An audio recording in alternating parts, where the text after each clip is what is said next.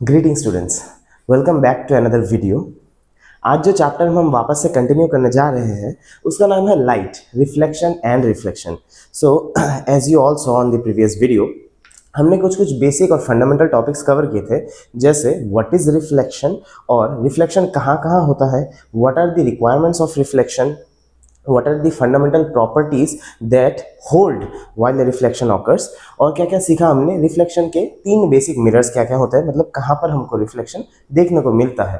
First was the plane mirror, second was the concave mirror and convex mirror, and these two mirrors concave and convex were a part of spherical mirrors. तो spherical mirrors एक बार हम जल्दी से recap कर लेते हैं क्या होता है वो। स्पेरिकल मिरर्स मतलब अगर मैंने एक बड़ा सा स्पीयर लिया और फिर उसमें एक ऐसा कॉर्ड लेकर उस स्फीयर को हमने काट दिया, तो वो जो दो पार्ट्स में डिवाइड हो जाता है, एक पार्ट हो जाएगा हमारा कनकेव, एक पार्ट हो जाएगा हमारा कन्वेक्स मिरर। तो आई एम श्योर आप लोगों ने पिछले वीडियो में देखा होगा, जो उस वीडियो का सबसे इंपॉर्टेंट टॉपिक था दैट वाज रे डायग्राम्स। ठीक है, what are ray diagrams? Ray diagrams क्यों एसेंशियल है? रे डायग्राम्स इसलिए एसेंशियल है क्योंकि with the help of ray diagrams we are able to understand that what happens when we put an object in front of either it can be a concave mirror or a convex mirror between infinity and pole, and what is the result, मतलब कहाँ पर image form हो रहा है। ठीक है, अलग अलग केसेस हमने नोटिस किया है पिछले वीडियो में, कनकेव और कन्वेक्स बोथ मिरर्स में।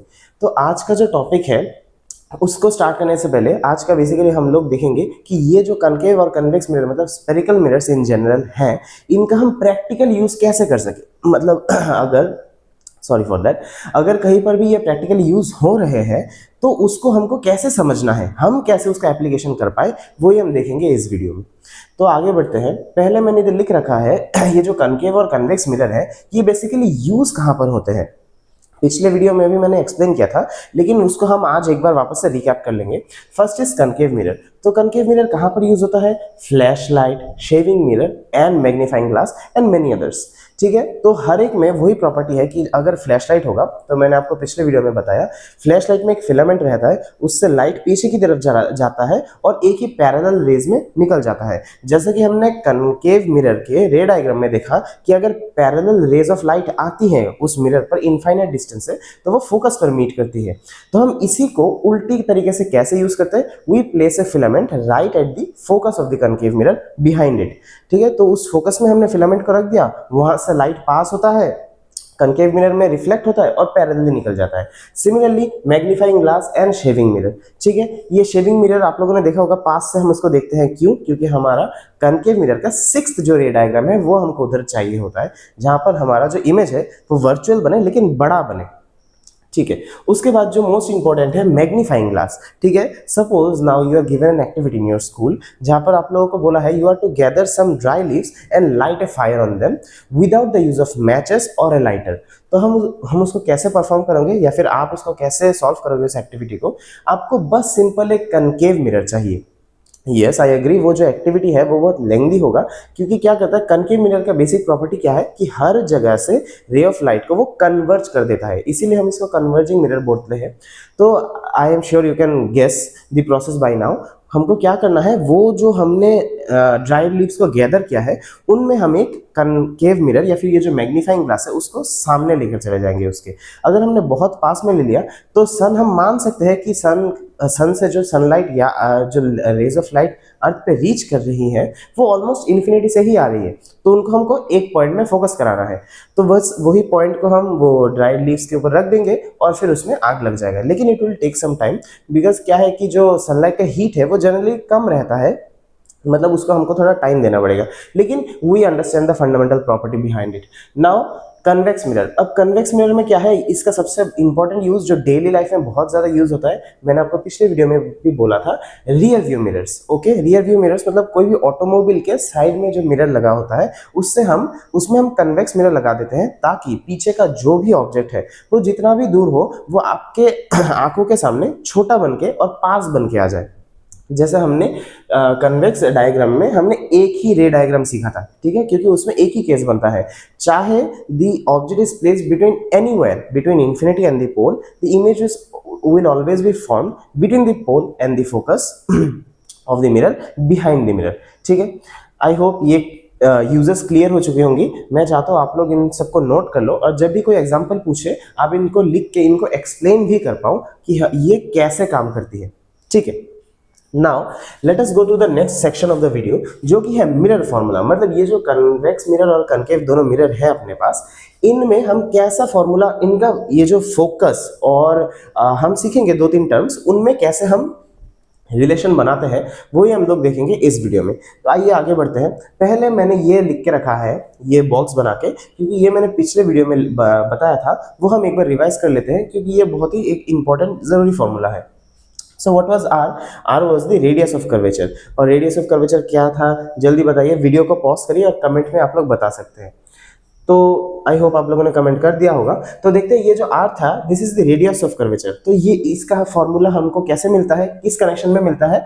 आर का फॉर्मूला जो होता है वो होता है 2 टाइम्स एफ, मतलब twice the focal length of any mirror, चाहे वो कनकेव हो जाए या फिर कन्वेक्स हो जाए, ठीक है। I hope you all remember this. मैंने पिछले वीडियो में दिखाया भी था कि ये कैसे फॉर्म होता है, ठीक है। उसके बाद आज हम देखेंगे मिरर फॉर्मूला, जो कि बहुत इंपॉर्टेंट फॉर्मूला होता है। ये मिरर फॉर्मूला अभी जो हम पढ़ रहे हैं, रिफ्लेक्शन मतलब मिरर, ये लेंस के लिए अलग होता है, लेकिन फंडामेंटली पूरा फॉर्मूला सेम है, जस्ट एक सिंबल का या फिर साइन का चेंज होता है। तो इधर वो फॉर्मूला हम पहले देख लेते हैं। ये मिरर फॉर्मूला क्या हो जाएगा? 1/f equal to 1/v plus 1/u। अब ये f, v और u क्या होती है? आई एम श्योर आप सबको पता है f क्या है। f is the focal length of any spherical mirror, चाहे वो कन्वेक्स हो या कनकेव। अब ये जो v और u है, ये अपने पास न्यू टर्म्स है, तो ये हमको नोट करके रखना है।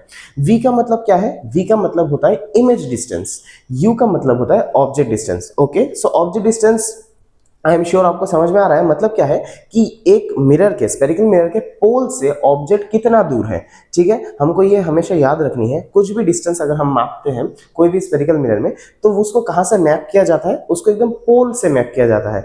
आई एम श्योर आपको पोल याद होगा, क्या होगा पोल? क्या था कि centre of a spherical mirror, ठीक है। वो पूरा जो स्फेरिकल मिरर है उसका जो सेंट्रल पॉइंट है उसको हम पोल बोलते हैं। तो उससे जो फोकस का डिस्टेंस है उसको फोकल लेंथ बोलते हैं, उससे जो ऑब्जेक्ट का डिस्टेंस है उसको ऑब्जेक्ट डिस्टेंस बोलते हैं, मतलब कि u। और सिमिलरली इमेज जहां पे बना है, या तो वो लेफ्ट साइड हो जाए या फिर वो राइट साइड हो जाए, वो अभी हमको जरूरी नहीं है समझना, लेकिन हमारा क्या जरूरी है समझना कि v मतलब इमेज डिस्टेंस, मतलब उस पोल से वो इमेज कितना दूर फॉर्म हुआ है। Okay, I hope this is clear to you all. उसके बाद एक और एक इंपॉर्टेंट फॉर्मूला है जिसके ऊपर हम, जिसका एप्लीकेशन हम थोड़ी देर बाद में समझेंगे, लेकिन पहले आपको मैं फॉर्मूला लिखा देता हूं। मैग्निफिकेशन का फॉर्मूला है m equal to hi/ho equal to -v/u, ठीक है। आपको एक चीज याद रखनी है, दैट इज ये जो v है और ये जो u है, ये लोग स्मॉल लेटर्स हैं, ठीक है। हमको कैपिटल v और कैपिटल u नहीं लिखना, क्योंकि वो स्पीड के रिलेशन में चला जाता है, ठीक है। ये अगर डिस्टेंस समझा रहा है लाइट के चैप्टर में, हम इमेज डिस्टेंस को लिखते हैं v और ऑब्जेक्ट डिस्टेंस को u, ठीक है। और ये मैग्निफिकेशन का फॉर्मूला क्या होगा? hi/ho इक्वल टू -v/u, ठीक है। ये वाला पार्ट जो है -v/u, ये तो हमको अभी clearly we can understand this. क्या है? ये है इमेज डिस्टेंस, ये है ऑब्जेक्ट डिस्टेंस, और इसके सामने एक नेगेटिव साइन। आप देखिए आपका जो सिलेबस है और जिस पैटर्न के क्वेश्चंस आते हैं जनरली सीबीएसई में, हमको इनका डिराइवेशन याद नहीं रखना, ठीक है। तो हम इसका डिराइवेशन ना पढ़ के इसके एप्लीकेशन पे फोकस करेंगे कि कैसे हम इनसे न्यूमेरिकल सॉल्व कर पाते हैं। उसके बाद hi और ho, h मतलब हाइट, ठीक है। और आई एम श्योर आप लोग समझ पा रहे हो, I और O क्या होगा? I stands for image and O stands for object, ठीक है। सो hi in total stands for height of image and ho in total stands for height of object, ठीक है। तो ये दो फॉर्मूलाज, ये 3 फॉर्मूलाज बहुत इंपॉर्टेंट है। आप लोग, मैं चाहता हूँ वीडियो को पॉज करके कॉपी में अच्छे से इनको नोट कर लें। ओके, अब हम लोग आगे बढ़ने से पहले हमको एक चीज बहुत इंपॉर्टेंट है वो समझना है। वो क्या है? साइन कन्वेंशन, ठीक है। सॉरी, साइन कन्वेंशन क्या है? साइन कन्वेंशन बोले तो अगर कोई भी मिरर है तो हम उसका, या तो वो कन्वेक्स हो जाए या फिर कनकेव, लेकिन स्फेरिकल मिरर चाहिए, तो हम कैसे समझेंगे? उसका लेफ्ट साइड या फिर राइट साइड पॉजिटिव, नेगेटिव या क्या है उसको हमको समझना है, ठीक है। तो ये जो साइन कन्वेंशन है, ये कहां से हम मापते हैं? पोल से। जैसे मैंने आपको बोला, कोई भी डिस्टेंस हो कोई भी स्फेरिकल मिरर में, उसको हम कहां से ऑलवेज मेजर करेंगे? फ्रॉम द पोल इटसेल्फ, ठीक है। तो यही है हमारा पोल, और इस पूरे प्लेन में हम समझ जाएंगे कि अगर मिरर के लेफ्ट साइड में कोई है या फिर राइट साइड में कोई है, ऊपर नीचे, तो कैसा उसका साइन बनता है। Okay, so let us proceed. ये पोल है, और ये जो पूरा प्लेन मैंने ड्रॉ किया है, ये डिट्टो कॉपी पेस्ट है कार्टेशियन प्लेन का। आई एम श्योर आप लोगों ने छोटे क्लासेस में 6th-7th में कार्टेशियन प्लेन पढ़ा है मैथमेटिक्स में। कार्टेशियन प्लेन क्या बोलता है, सिंपली अगर कार्टेशियन प्लेन भी आपको थोड़ा दिक्कत हो रहा है समझने में, तो हम बोल सकते हैं कि ये क्या रिप्रेजेंट कर रहा है, द नंबर लाइन। ठीक है, और नंबर लाइन में क्या होता है, नंबर लाइन में इस तरफ होता है x, या फिर कार्टेशियन प्लेन में भी -x, इधर होता है अपना y, इधर होता है अपना -y। ठीक है, तो ये जो चारों प्लेन्स है, इसमें ये पूरा 2 प्लेन्स में मुझे समझना है कि कहां पर किस तरफ डिस्टेंस होगा। तो एज वी नो, अगर हम नंबर लाइन के राइट साइड में जाते हैं, इस पोल को हम 0 भी मान सकते हैं। जैसे नंबर लाइन के सेंटर में 0 होता है, वहीं पर मिरर्स के केस में सेंटर में है पोल, क्योंकि हमको सारा डिस्टेंस फ्रॉम पोल ही मेजर करना है।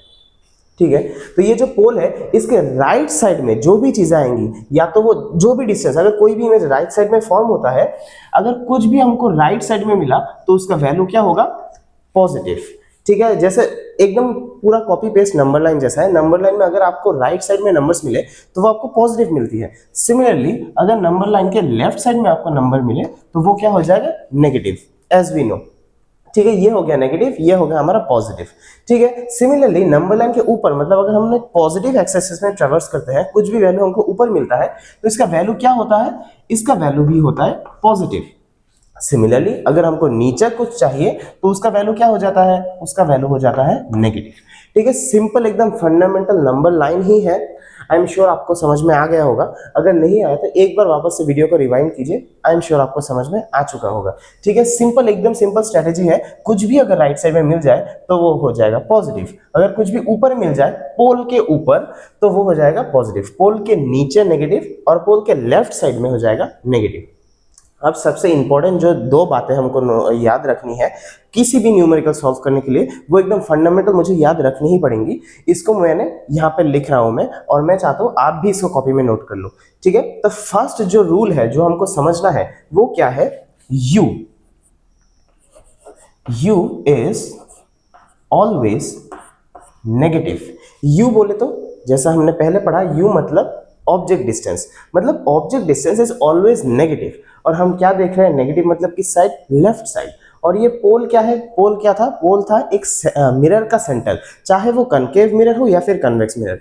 तो इससे हमको क्या समझ में आता है, जो भी मिरर हो, चाहे वो ऐसा कनकेव हो जाए या फिर ऐसा कन्वेक्स हो जाए, ऑब्जेक्ट जो है हमेशा लेफ्ट साइड को ही बिलोंग करता है। मतलब हम कभी भी मिरर के, कोई भी मिरर हो जाए स्फेरिकल, उसके पीछे ऑब्जेक्ट नहीं रख सकते, हमेशा मिरर के लेफ्ट या फिर इन फ्रंट हमको ऑब्जेक्ट रखना पड़ेगा।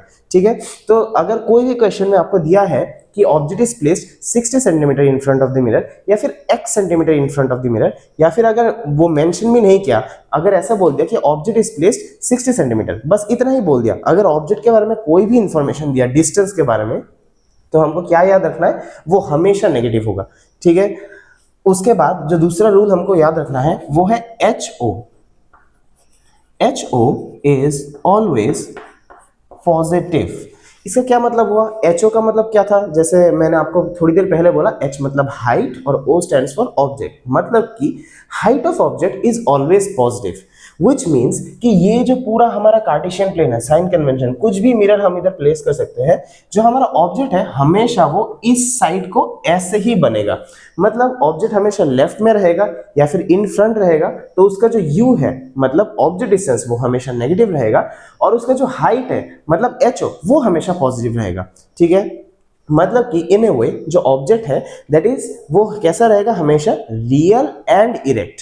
ठीक है, इरेक्ट मतलब ऊपर की तरफ, इरेक्ट को आप अपराइट भी बोल सकते हो, दोनों एक ही चीज है, लेकिन रियल मतलब लेफ्ट साइड में। जैसे मैंने पिछले वीडियो में बताया, रियल मतलब रियल वर्ल्ड, मतलब मिरर के सामने, और वर्चुअल मतलब मिरर के पीछे। ठीक है, तो ऑब्जेक्ट जो है वो कभी भी वर्चुअल नहीं हो सकता, वो मिरर के पीछे कभी जा ही नहीं सकता, ये हमको याद रखना है। ये 2 रूल्स बहुत इंपॉर्टेंट है, तो आपको इन दोनों को नोट कर लेना है। अब आई एम श्योर कि आप लोग इससे थोड़ा एज्यूम कर पा रहे होंगे कि अगर कनकेव मिरर और कन्वेक्स मिरर है, तो उनमें हर एक ये चीज कैसे डिफाइन होगा, लेकिन फिर भी हम एक बार इसको लिख के प्रैक्टिस कर लेते हैं। ठीक है, तो first case is concave mirror. तो मैं क्या करता हूँ, रेफरेंस के लिए एक छोटा सा कनकेव मिरर मैं इधर ड्रॉ कर लेता हूँ। लेट अस सपोज कहाँ किया जाए, यहीं पर करता हूँ मैं। ये है एक अपना कनकेव मिरर, ठीक है। हमको पता है कि ये वाला साइड को क्या बोलते हैं, this is the non reflecting side. और इस लाइन को क्या बोलते हैं, ये जो सेंट्रल लाइन है इसको मैंने शॉर्ट में लिख दिया PA, बोले तो प्रिंसिपल एक्सेस, ठीक है। और इस मिड पॉइंट को क्या बोलते हैं, पोल, जो कि ये वाला है मिरर का सेंट्रल पॉइंट।